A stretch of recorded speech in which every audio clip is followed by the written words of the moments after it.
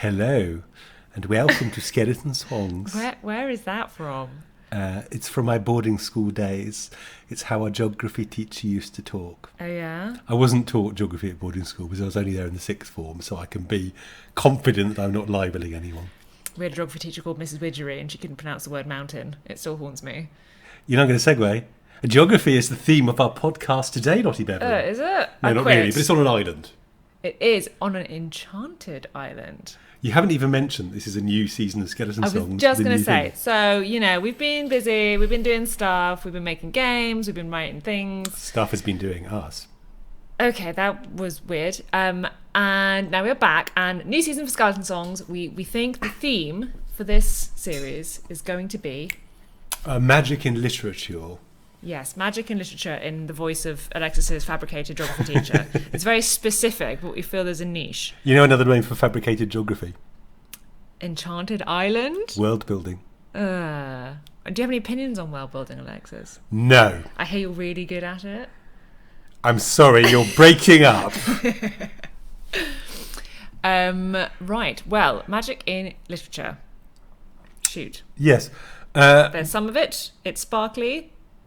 Job done. I'm going to talk about the Tempest. You love the Tempest. I fucking do, and I didn't for years. This is the thing. So, as you know, the books you have to do at school often are books you don't love. And for A levels, which are, I have no idea what the American equivalent is. That SATs? I don't know when you do SATs. Nah, but there's all like standardised tests, aren't they? Anyway, there's other people in the world besides America and the UK. Also, I'm given to believe. A levels are the pre-exam, pre-university sort of higher exams that you do. You do them when you're 17. If you're smart. I mean, some of us do them when we're 18. I'm a June baby. What can I say? Anyway, were The Tempest and Dr. Faustus. And I think, honestly, doing those two books at A level helped set the course of my life. Yeah, I know. And I loved Faustus even at the time. We'll do another episode on that. We were talking about it beforehand, and we said, do we think we can do The Tempest and Faustus in? Nah. So we had another one for local boy, Christopher Marlowe. Bloody love Christopher Marlowe. Knife just down the road from where I'm sitting now. Yeah, what a chancer. And he was so handsome and weirdly looks so exactly like my ex-boyfriend. I can't get over it. Well, we don't know for a fact he died, do we? You say my ex-boyfriend is the ghost of Christopher Marlowe. I'm not saying he's not the ghost of Christopher Marlowe. I mean, he's not. I've never seen him in the same room. You've seen him in sunlight? He's quite pale. Anyway, enough about my ex. The Tempest and Dr. Faustus. So, the tragical life and the death of Dr. whatever, long time. Anyway, The Tempest I hated when I was 18 because, like, I was dim when I was 18, and what I thought about The Tempest is it doesn't really have a plot. It's sort of like a badly run role-playing session where there's this super powerful NPC. Imagine being the players in the Tempest. So the story of The Tempest, do you want to do it? You're the one with the degree from the real university. I mean, you have to say it hasn't got a story, but sure, then you can throw that bomb over to me. There is a shipwreck onto a magical island run by Prospero, Duke of Milan, ex-Duke of Milan, I should say, and his sexually naive daughter Miranda. And then there is a spooky spirit called Caliban and a lovely, slightly naughty spirit called Ariel. And then a bunch of hijinks happen. And basically Prospero teaches people the error of their ways before tying everything up in a nice bow and sailing back to Milan to re-inherit his rightful dukedom while his daughter finds hubby in the prince. And everyone says they're sorry. Apart from his brother who betrayed him. Boo. And the king's brother who was going to betray his brother. Boo. And both of them are like, nah, we're going to say that we're sorry, but we're not really sorry. I take exception to your description of Caliban as a spirit. Well, I think that's an interpretation, isn't it? Yeah, we'll get into the taxonomy of that. Swords. But otherwise, I think it's exceptional. He's the thing of darkness. I know he's a thing of darkness. The thing of darkness, I acknowledge mine. That's I say that weirdly frequently. Yeah, I do have two cats, though. I mean, well, that's ultimately why I stopped hating The Tempest once I'd grown up very slightly. Because the quotes. Because it's Shakespeare very near the end of his career, and you think Shakespeare knew how to do the old playing earlier on. By the time he gets to the end of his career, he rolls up his fucking sleeves and goes for it. And every line crackles, and it's the kind of thing that after 40 years, is it 40 years? No, 30 years after I did this at school, I still find myself quoting bits. I mean, okay, I've met it since, but still. And this thing of darkness, I acknowledge mine. I saw a performance when I was in sixth form of The Tempest by a company called Cheek by Jowl, who did intentionally sort of provocative experimental versions.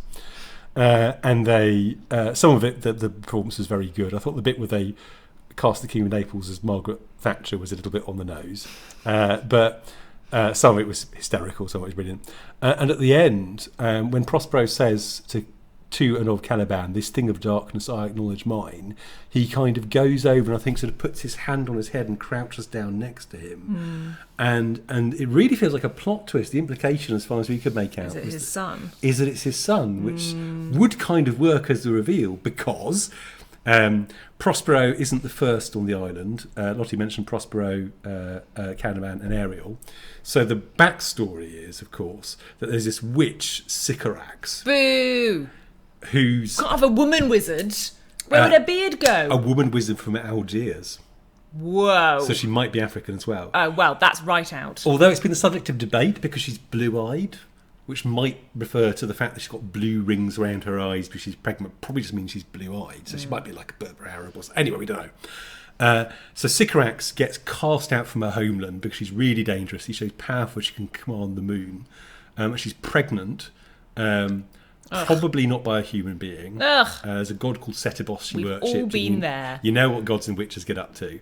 And so she gives birth to Caliban, who's some, maybe he's a spirit, maybe he's a human, maybe he's some half thing. Obviously stands in some ways for like indigenous people on an island. Okay, I'm going to take issue with that.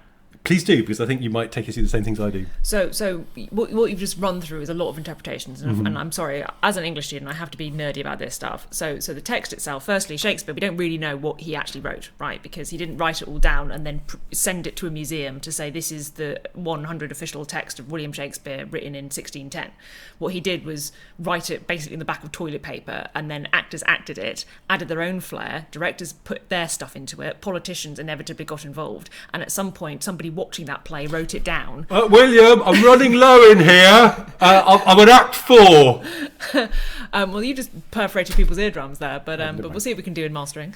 So when people say something like, for example, Caliban is in some way representative of indigenous people, firstly, I wouldn't say it's as simple as that, because Shakespeare is an excellent writer, and it's not like one-for-one metaphor land, right?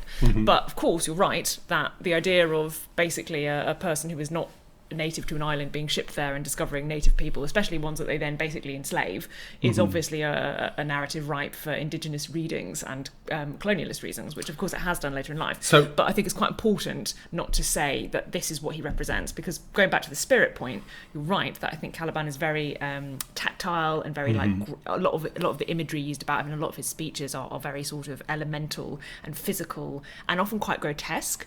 And that's deliberately contradicted by Ariel, who's a sort of super fey, light-spirited, ethereal character. And Caliban's all like, yes, but I like mud! And of course he has his famous Caliban speech, which many people listening probably know about, where this character, who has been portrayed really as very kind of gross and a bit sort of animalistic. Oh, thou didst prevent me. I would have peopled else this Kyle with Calibans. Yeah, so he does at one point sort of say regretfully that he hasn't had an opportunity to rape Prospero's daughter Miranda. So, he doesn't strike you as a wonderful chap necessarily, but he then has this extremely beautiful Shakespeare at his best speech where he talks about the magic of the Isle and how beautiful all the nature is and how he wishes basically to be free of Prospero and basically free of everybody else so he can run around enjoying the bounty of nature. And it's really moving and gorgeous, and it comes surprisingly out of nowhere, because literally in like the next scene he's getting drunk and saying he'll give Miranda to some other bloke, and then being like, give me more wine and then I will fart and you will laugh. Ha ha ha ha.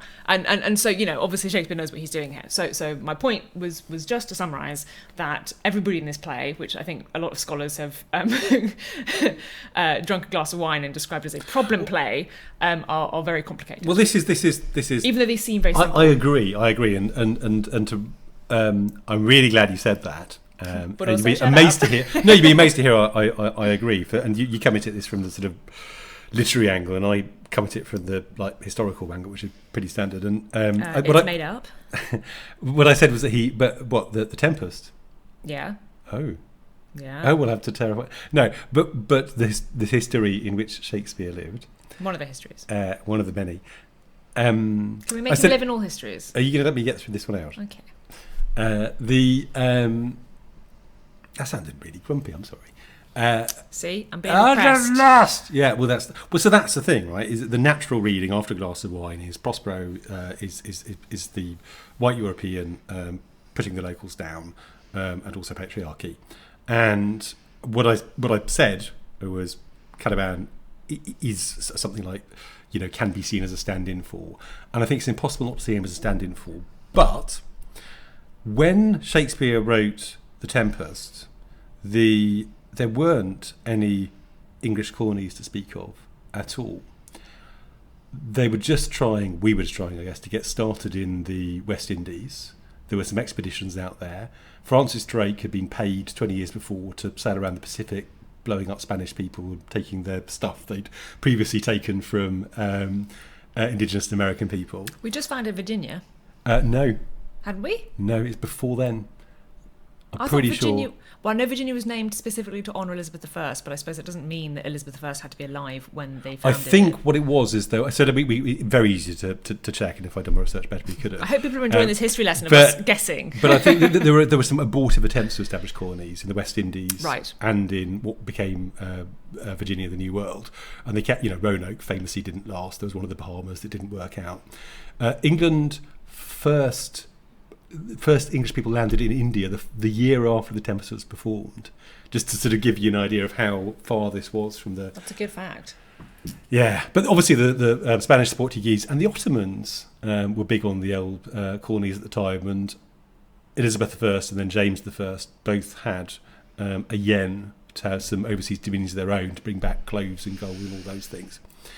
And you probably know that the command performance of the Tempest was for James I. I do. And James I's two big interests were marrying off his daughters, who were definitely virgins, to basically appropriate other royals.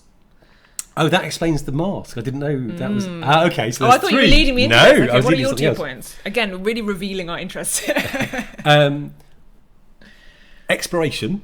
Right. And, depending on your point of view, discovery or ravishment of the New World.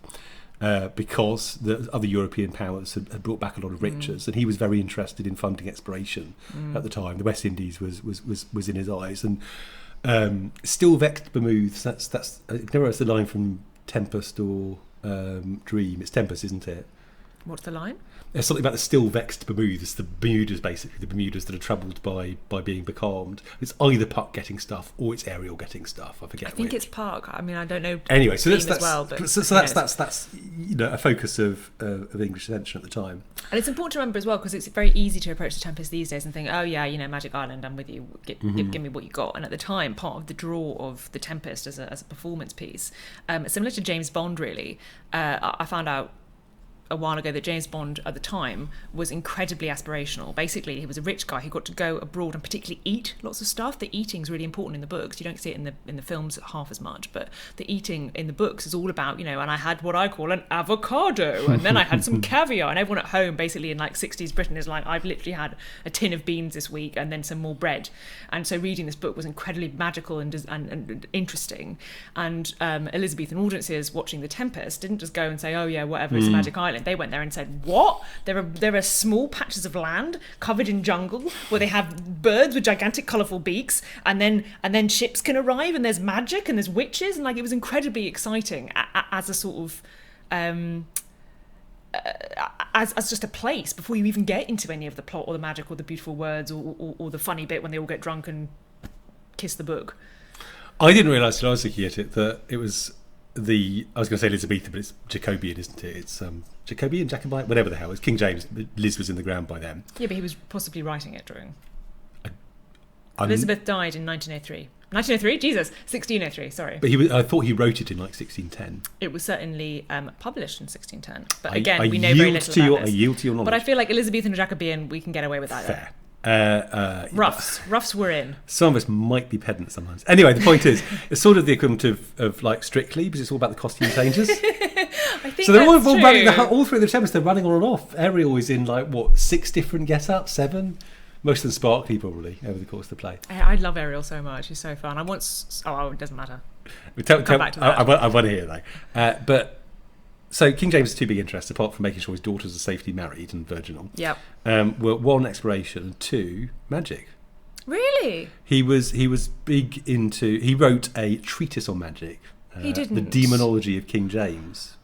Because I read something that put me onto a totally opposite track. But finish your thing. I think it's probably going to be the same track because so King James was a proper scholar. I mean, he was very learned by the standards of. I literally didn't know that. But he was particularly interested in magic and witchcraft because as far as he was concerned, England was swarming with the fuckers. Well, that's what I was going to say. I Right. know that there was a sort of cultural concern, sort of like the Satanic Panic, but with actual Satan, that there was sort of creeping into the backwaters of British villages, kind of again, atavistic interest in things like witchcraft, particularly Sycorax potentially being this sort of ultimate baddie, the sort of like woman who's not even pretty but has weird powers that are quite scary, and she's sort of there, and we don't like that.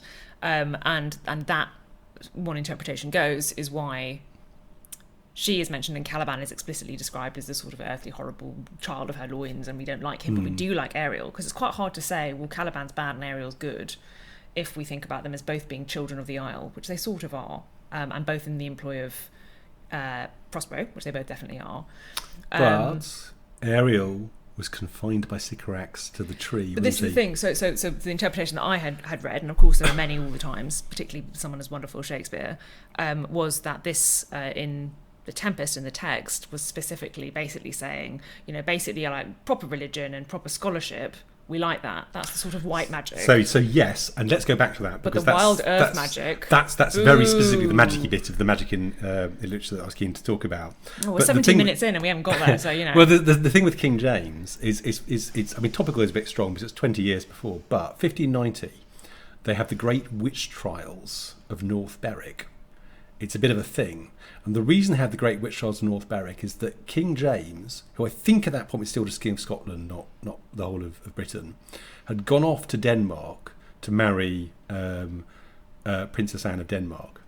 And on the way back, and you're going to think I'm making this up, there was a terrible storm. There wasn't. And his ship was nearly sunk. No! And he had to take shelter in Norway for weeks until it calmed down.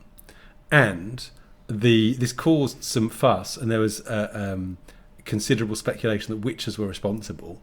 So in Copenhagen, they started sort of like poking women with things and asking them difficult questions. And pretty soon, a couple of them confessed to having tried to drown King James by the storm, and sent devils climbing up the keel of his ship in order to sink it.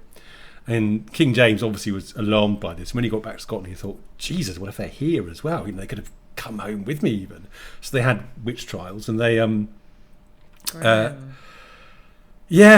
somebody confessed to having thrown a cat into the sea to try to bring the storm on King James, and having had a black Sabbath and all the rest of it. And I can't remember, 17 people or something they hung on or burned in the end. And this became a feature.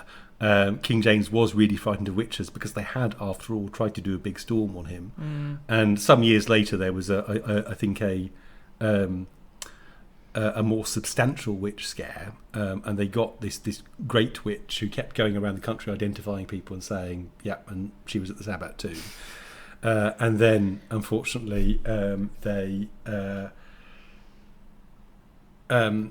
some sceptical soul brought back a bunch of people who'd been in court the day before, put them in different clothes, and she said, "Oh no, I don't know them at all." Wow, it's almost like it was nonsense. And after that, she admitted that it was nonsense. And then they burnt her. I was going to say, you've got to burn her now, don't you? Which seems sort of unfair, given that she wasn't in fact a witch and made the whole thing up. But I guess they were really cross by then. Well, yeah, they got all the faggots ready. What else were you going to do?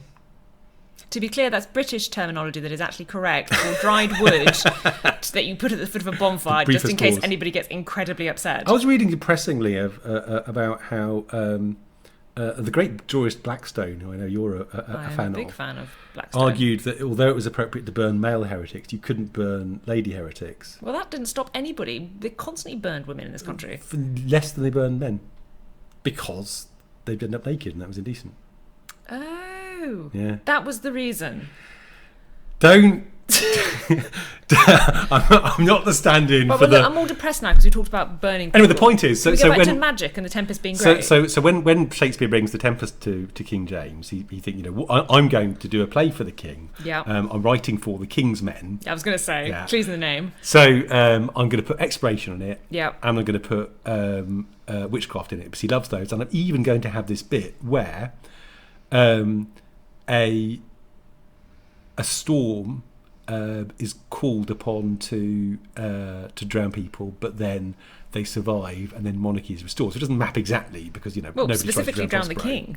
Yes, yeah, but the king, and actually, you come to mention it, the King of Naples is a much more decent soul than the other people aboard the ship. He's the least guilty, but it still doesn't map directly to James. You don't want to suggest that. No. James is much more a Prospero figure, the learned man in his cave. Yeah. And I think this is where we come back to the post-colonial reading, which, as you say, does tend to be a bit on the straightforward side, because Shakespeare wasn't thinking, how can I demonstrate the superiority of the European over uncontacted peoples, who are basically uncontacted at this point. He's thinking, it needs a storm, it needs witches, it needs magic, lots of costume changers. Where shall we put it? I know, let's put it in like the West Indies-ish, because King James is interested in those. What could we have then? Oh, we need a witch. I tell you what, the witch could be dead. Otherwise, you've got like a wizard and a witch. It's too confusing. And have a son about. He's of ambiguous ethnicity, but he's basically a local. So there you go. I was reading as well. We probably read the same thing, that Caliban was apparently the prized role in the early 20th century. Yeah, I saw that. That's really interesting. I guess because people got bored with the idea of basically this upstanding patriarch who's always right. But Prospero's complicated, actually. He's not a very likeable hero. And I think Do you not think not? Well, it's interesting that he obviously resonated with you, because one of the major things that people have agreed on about a theme in the Tempest over the centuries is this sort of sense of artifice and the sense of Shakespeare's own sense of self in Prospero, because of course he has his famous monologue at the end where he breaks the fourth wall and turns to the audience and essentially says, please clap to tell me that this was great. And people consider it sort of Shakespeare's swan song. He wants to go out with a bang. He wants to almost reach through his own words, through an actor, out to his audience and say, for God's sake, tell me I'm good so I can retire. And again, that might not be the case. It might have turned out that William Shakespeare was like, oh yeah, and it rhymes, so that's the end. But there's a lot of evidence to support the idea that he knew exactly what he was doing and he kind of felt like Prospero. But no, I think he's a complicated, not particularly likeable person. He's not very nice to Miranda. I read an interesting interpretation that said because he has given himself so much over to magic, he's become quite ethereal like Ariel, and he's not very good at being human like Caliban. And so he's fine sort of dispensing complicated Greek masks to explain how important it is to be chaste before marriage, but he's not very good at explaining or talking to his daughter about her mother, which you'd think would be quite an easy thing to do. This is interesting. We were talking about the Tempest a few months ago. So two things I didn't know you've done. One is why they put that stupid fucking mask in. Do you want to talk about the mask briefly? Oh, the masks. Okay, so the Tempest is great, but there is this basically totally insufferable part of the play, and I think I'm qualified to say that as an English graduate. It is awful. You have my enthusiastic endorsement. It's so awful that some bit of a house just fell off when I mentioned it. It's one of those things that just hasn't borne the test of time very well, in the same way that the bit in Hamlet that's about basically men falling over a dog is not very funny. It's just not the same humour that we have in the book. So there's this bit where basically Prospero has engineered Ferdinand, the sort of totally wonderful and slightly boring prince, and Miranda, the totally wonderful but slightly boring daughter, to fall in love. And he's like, hooray, you're loved. Right, now sit down on that rock, because I'm going to shimmy up some magic Greeks. And it's like Ceres and Hera and all these like basically quite boring Greek goddesses who come in and like slowly pass around like bowls of grain, and then over the course of this totally tedious never-ending scene they also sort of in high verse espouse the importance of things like virginity before marriage, and that even though if you really fancy someone you shouldn't kiss them because then you're a skank, and it just goes on and on and on and on, and again, to a modern audience reading this, certainly as a kind of when you analyse the text, it's boring as sin. If you watched it in the 17th century, it was probably a lot more interesting because you basically got to see people dressed up in glitter and have sort of magic effects. So that was probably making up for the fact that the text itself is not terribly interesting at that, and it's kind of moral and it gets just dry and boring. But I'm delighted to say that in Shakespeare's classic, classy style, about halfway through, I think he gets bored of it as well, and he gets Prospero to stand up and go, yes. wait! And everyone goes, what? And Prospero goes, someone was trying to kill me. And everyone's like, wait, what? And he's like, oh yeah, I forgot about the whole, like, my brother was going to murder me plot, so hang on, Ariel, off you go and sort that one out. So it does break abruptly in a funny way. But yes, it's terrible. One thing I said earlier was that, you know, I hated The Tempest when I was 18 because I thought the plot was awful. And the plot is, as I think I started to say, it's like... weird. It's weird, but it's like if you've got a sort of dull D&D session where the whole point is there's an immortal wizard who you basically can't touch. And you get on the island, you bumble about for a bit, and you see some scary things, and he turns up and he says, everything's okay. Go home. Yeah. Here's some XP. Yeah. And people would be like, walking over, Jesus Christ, can we get a fucking different GM? Ronald's awful. Yeah, it was the time last week when he had the immortal Emperor Ronaldus as well. I think that might be a but now, especially sort of, you know, you think of it in terms of there are very few good Bond plots, and if you think of The Tempest as somewhere between Strictly and James Bond. I feel like a stab in my heart. I feel like, you know, I love Shakespeare. He's so brilliant. Though I think he also had a sense of humour. So it's not. That's not fair, but it's not. But the point is, it's a structure in which they hang a whole bunch of, for the time, cutting edge special effects. Did you read the bit where apparently the stage direction was the mariners have to enter wet? They literally had some kid standing by the stage door, probably with a bucket, so that when they come on the stage, they're obviously sort of up close in the Globe or wherever. I think it was actually Whitehall. They did the first performance. All these sailors would be dripping. And they'll be shining in the torchlight. And, yeah. I did read a critic being very rude about a performance in the 18th century where he said there was an incredibly lavish performance one year that had apparently 140 stagehands behind the scenes to help manage it all. And the critic said very tartly that you never saw them, but you never didn't hear them. Anyway, go on, what you were saying. Yeah, that's it. So if you come into it plot first, it's that's not what it's about. It's not what it's about, but it took me an embarrassingly long time to recognise that. I think The Tempest, more than anything else, was responsible for me not doing English at university. I did linguistics as well. Really? Yeah. That's so sad. It wasn't just The Tempest. Generally, the way that English tends to be taught at school is basically the writer has made this sort of puzzle box. And they've locked away a whole bunch of sort of facts or sweets inside, and you have to go at it with the right keys or surgical instruments or tools, and you can crack them open and get them out. And there's a couple of ways in which this is invidious, although kind of inevitable when you're teaching to get people through exams. Way one, of course, is that you basically vivisect the text as it lies twitching before you, and it's hard to come away interested. Not that many 17-year-olds will read The Tempest and think immediately, oh my goodness, you know, my eyes have been opened. But also, I didn't really believe what people told me about Shakespeare. He was really good. Well, I mean, even I could tell he was good, but there was this idea there were all these things to be found in his writing, and I just thought, I don't believe it. He's some bloke scribbling away, as you pointed out, on toilet paper in a hurry to do a sort of fun play for King James, and he's taken the time to put all this sort of readings about feminism or the patriarchy and the wonders of nature and brotherly enmity and all these things. He sort of packed them in there like a guy painting miniature pictures on an egg. And of course he fucking hasn't. If you've lived a long, interesting life as a writer and artist in Elizabethan London, then you've got a lot of stuff going on when you write, and I think the quicker you write, the more there is in it. Well, I honestly don't know if you wrote quickly, but what I would say is we have talked, I can't remember if we've done it being recorded before, but you have certainly talked about Christopher Alexander's Cities on a Tree, 10%, right? So if you haven't listened to that, essentially it's that really effective art, whether or not you like it or you think it's brilliant, but very effective art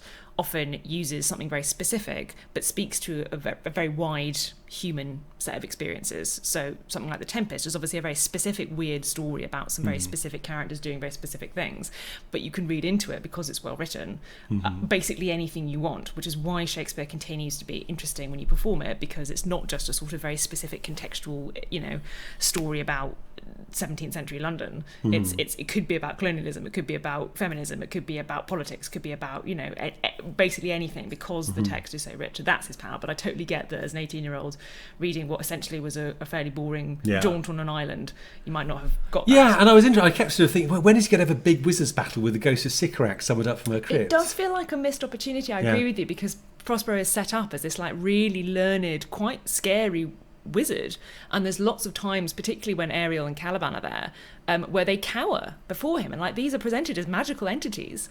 Ariel is often kind of almost angelic. I mean, he seems particularly magical, and Caliban is obviously sort of potent, but it's unclear exactly what he is. And to see these two things, so I can tell you what he is. Oh yeah, what is he? He's Moth, he's Ariel's lantern. You're going to have to explain it if anybody hasn't played Culture Simulator. No, play Culture Simulator, it's great. There's probably some quids off, a lot of heaps taking money off it, because apparently my work shouldn't be valued at its true price. All right, Caliban. Jesus. Anything else you want to say to the people? Laurie's great. So this is the distinction you drew earlier. Moth. That on he's the chaos. He's the earthy, woody, woodsy, rooty thing, and I'm obviously drawing broad strokes here, but when we were reading up on the background of The Tempest, was the first time I came across the word goetia, which is a Greek word which I've heard pronounced in about 4 different ways since. Goetia. Goetia. Oh. Gusha. But it's compelling demons to do things, and is that actually what it means? I use it in a sentence. Yes, you got me on the spot here. See, I have literal meaning. I can save your butt by telling everyone the funny story about my mum, who's a special needs teacher, who, when she teaches her usually dyslexic or dyspraxic kids a new item of vocabulary, she then encourages them to use it in a sentence to make sure that they've understood not just the word, but how to actually use it. And inevitably, every single one of her students says the same thing, which is, I had a blank in my old house. I had a goetia in my old house. There you go. No, so what I can tell you is, I think it was the Lesser Key of Solomon, was a grimoire which was doing the rounds a little bit after Shakespeare had written The Tempest, but appeared to draw from older sources. It talked about goetia in terms of the formulae and rituals you would use to conjure demons. So it's like a sort of recipe book it's the classic sort of summoning book. There's this demon, I've heard of it. These are his attributes. I also worked on Culture Simulator. Of course. Okay. So, but that's the whole thing. The Catholic Church doesn't approve of that. No. That sort of thing. No. King James doesn't approve of that. Giordano Bruno had been burned in 1600. I was thinking about him because you've got he was a monk, wasn't he, at the time? Who was quite very impressive in his learning, and apparently advanced the Copernican theory of actually how everything worked in space. So it was clearly more than just some sort of mad occultist, but he did have particularly interest in hermetic. So this is the thing, you've got this division between, on the one side you've got witchcraft and goetia, you've got people summoning up demons to drown King James. The other side you've got people like Giordano Bruno and John Dee and King James, all of whom are scholars. And the division between astronomy and natural magic and Neoplatonism and stuff like the transmigration and migration of souls is all on that side. It's all studying, but of course it can sway back and forth across the boundaries, especially because some church authorities didn't like people challenging received opinion. One of the other things that astronomy lent to was heliocentrism. Once you started saying that the sun was at the centre of things, you're basically covering fisting yourself Satan. in tar. Oh, that's so much worse. I'm not sorry I spoke over you on a podcast. Yeah, no, well, that's why I waited for you to speak. Ugh.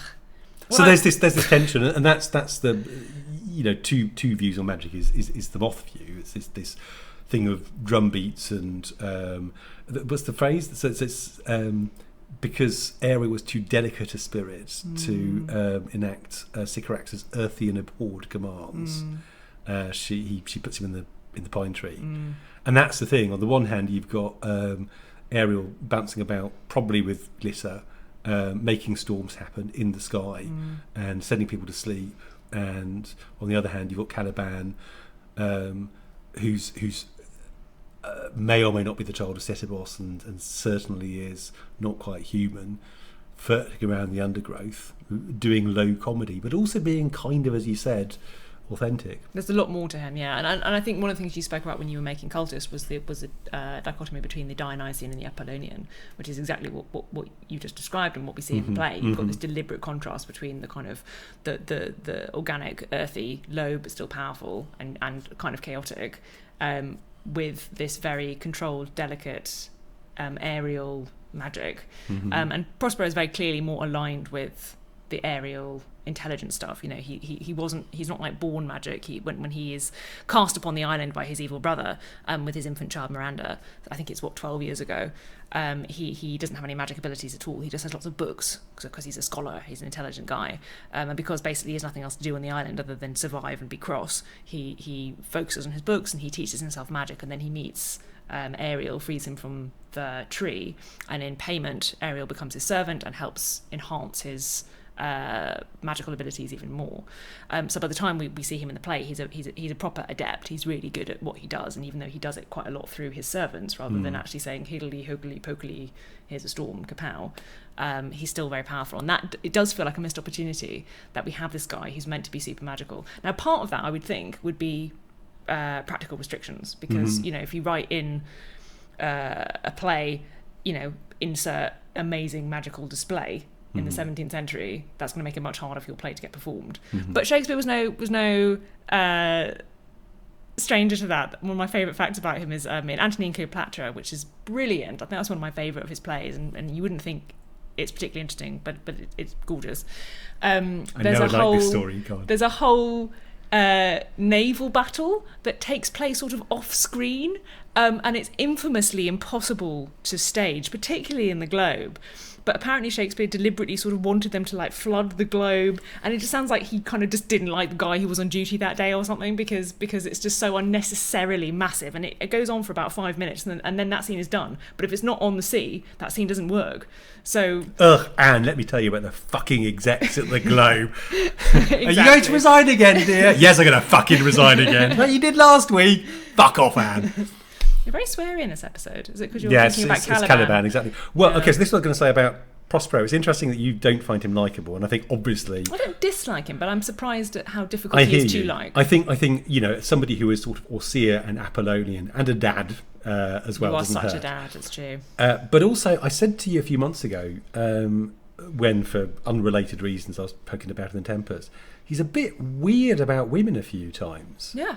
And there's this particular bit where he's when he's talking about her mother. Yeah, he says she says, you know, he says like my daughter was a princess approximately. Yeah. Because Miranda doesn't really know much about her life, because for poetic license reasons she hasn't bothered to talk about it for 12 years.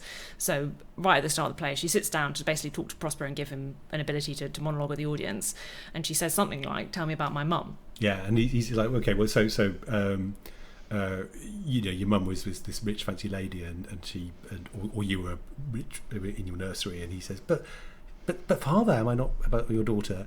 And he says, thy mother wast a piece of virtue, and she said thou wast my daughter.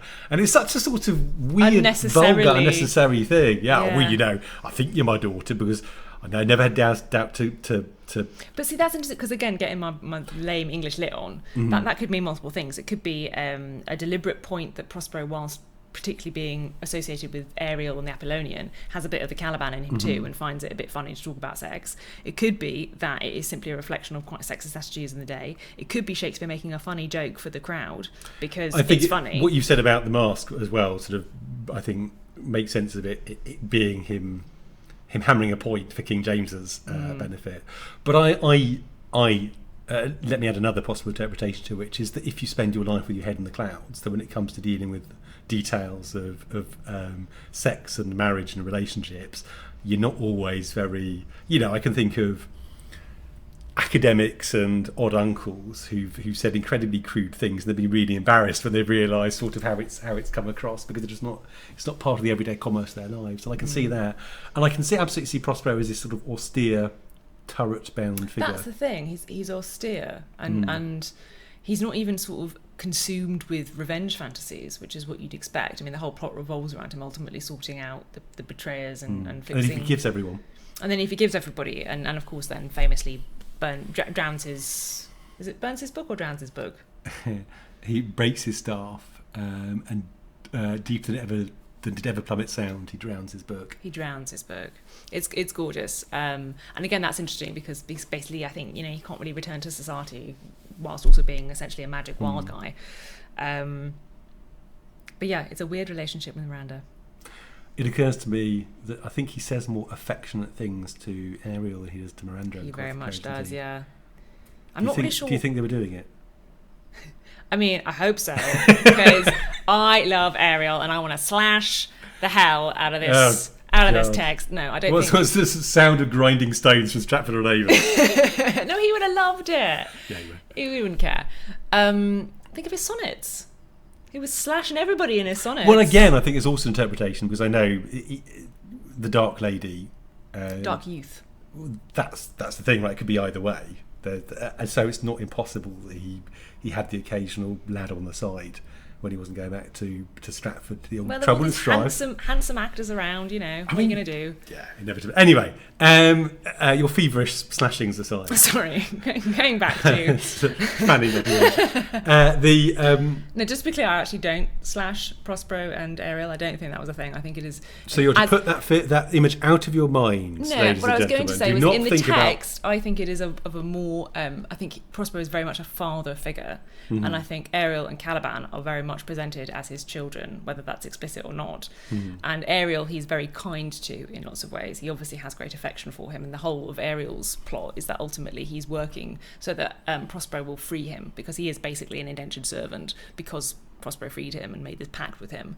But he is treated far better than Caliban, who is literally kicked about and has also been sort of tortured previously for being a skank. And again, like I said, he clearly does have these animalistic instincts that probably did need more disciplining than Ariel floating around saying, "Woo, look, I made a magic cloud." But it's a very different relationship that he has. I mean, that's basically what Ariel does, right? And he sings a song about... A cloud on fire. A cloud on fire. No, he sings a song about bees. He sings about bees. He also sings a song about somebody's father's bones turned into coral. So he does. Anyway, what I was going to say is I remember even from my teenage experience with the Tempest being a bit crestfallen that Prospero keeps saying all these affectionate things to Ariel, who nevertheless, is bound to his service. But and keeps saying, "Are you going to free me today?" And so this is the thing. Prospero's like, "We'll talk about it after lunch." No, but Prospero says, "We will talk about it after lunch." But he calls him chick, and he's nice, and he obviously sort of respects him. Nice. But also, Ariel just wants to be freaking free, and there's a real imbalance there that's quite uncomfortable and interesting. Well, that's I think ultimately why it's termed a problem play, along with I think what's the weird one with the statue? Winter's Tale. That's always remembers the one with the bear. Yeah, but bizarre. We'll do another one on that. And probably Measure for Measure too, because it doesn't fit easily, and we don't have this charismatic hero, and then the ending isn't neat, and Prospero doesn't seem sort of happy and connected, and the whole thing is hard to reconcile in an easy way, which is partly why it's so great. But yeah, I'm sold for him. When I went and saw Winter's Tale with my ex years ago in the round in a spiegel tent, one of those big German mirror tents. Love a spiegel tent. Gorgeous. And it was interrupted by a tempest. Oh yes. We were the very very high winds, and the whole tent was shaking, and literally the last play. I mean, that sounds like a scene from. And bits of styrofoam started falling from the roof onto the performers. And at that point, they halted the play and ushered us out and gave us some money back. Oh my god! But I was going to say, just on freaking magic, the last thing. What is the first, maybe the second thing you do if you're playing a mage in a game with the magely stuff?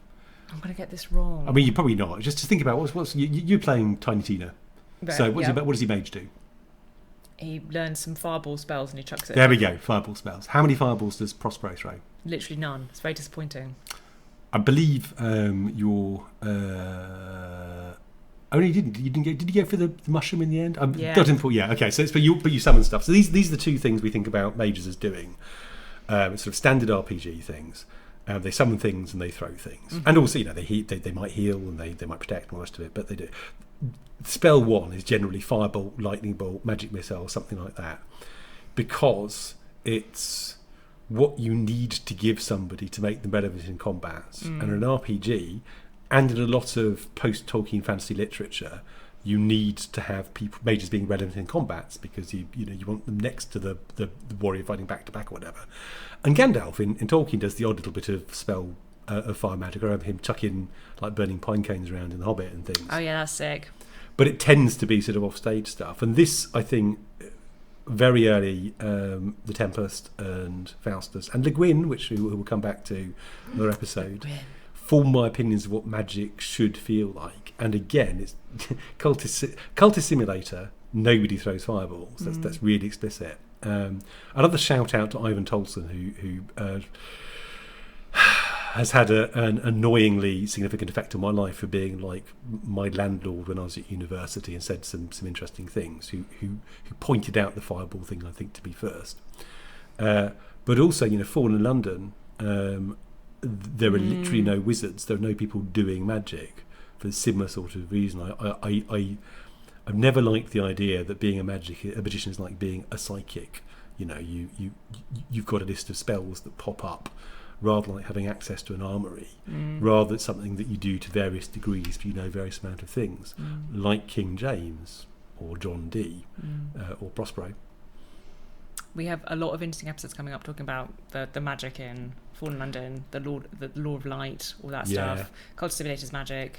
Yeah, a lot of cool stuff. Is Cultist Simulator literature, Auntie Bevan? Yes. Oh, okay. God damn. Mic drop. All right. Thank you for listening to episode 1 of our 3rd series. We'll have more on slightly less sweary elemental. I doubt it. No, okay. It'll be just as sweary, but we'll talk about something else interesting. Do you want to say it? Have a spooky day.